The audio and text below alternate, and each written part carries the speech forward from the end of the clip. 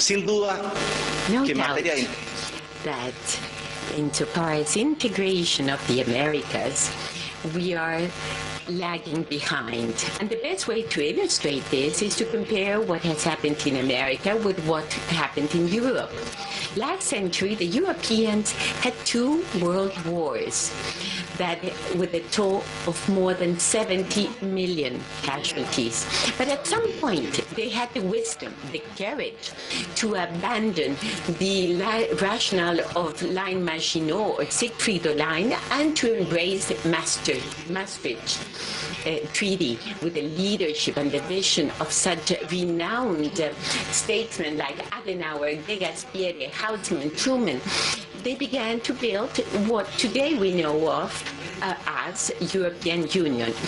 And in America, we are much behind that.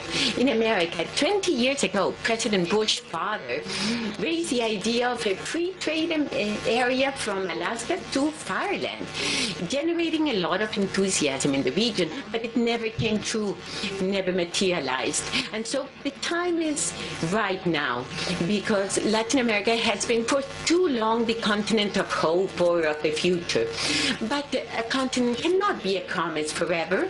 And so we are of age now, and we need to fulfill our mission. Therefore, the main task of Latin America is to recover the lost time and tap all of its potential. We have lots of things in common with the U.S. Vast, generous territory, homogeneous people, hard-working people.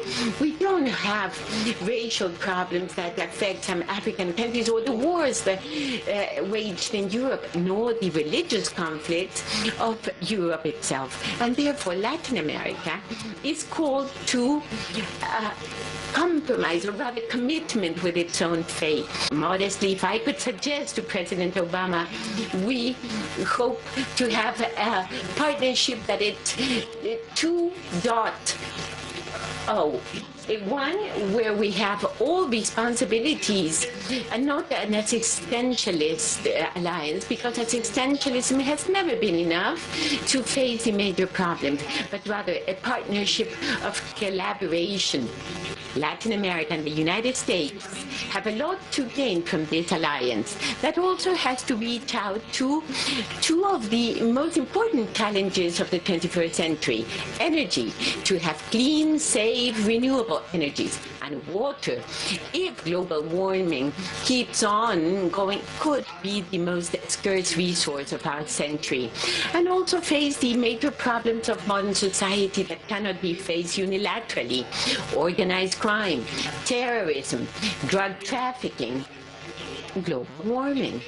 The subject of world security, it can no longer be faced individually. We need to work jointly together. And in our view, that will call for a new international order that will replace that which emerged in Bretton Woods after the Second World War, and to be appropriate and adapted to the needs and challenges of the 21st century, where the only constant thing we have is change. So the time is right to recover all that lost time, and time is here so that finally this relationship of encounters, disencounters, of shaking hands over our backs, for that to be in the past, and let us initiate a new era.